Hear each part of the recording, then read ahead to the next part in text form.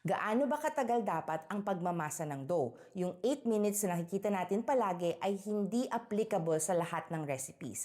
Ang range ay 6 to 30 minutes gamit ang mixer for about a kilo of dough. Yung mga tinapay na more of harina at tubig ang ingredients mas mabilis at yung mga tinapay na may eggs, milk at butter ay mas matagal.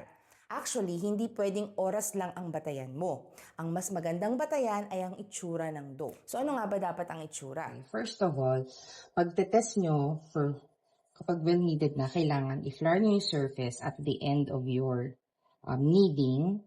Okay, ganyan. Para hindi mag-stick. Okay.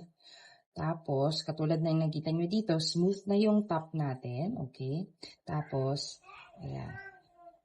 Pag pinoke nyo siya, bumabalik siya. Okay? Another thing, ayan, pag hawak nyo siyang ganyan, hindi siya bumabagsak sa gilid ng kamay nyo. Okay? And then, lastly, kapag kumuha kayo ng kapiranggot niyan, tapos,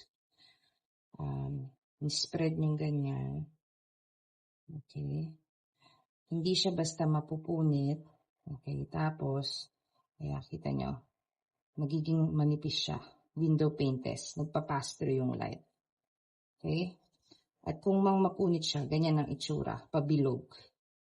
O yan. O, pabilog siya. Hindi siya irregular. Okay? So, okay na itong inyong dough. Pwede na natin siyang i-rest.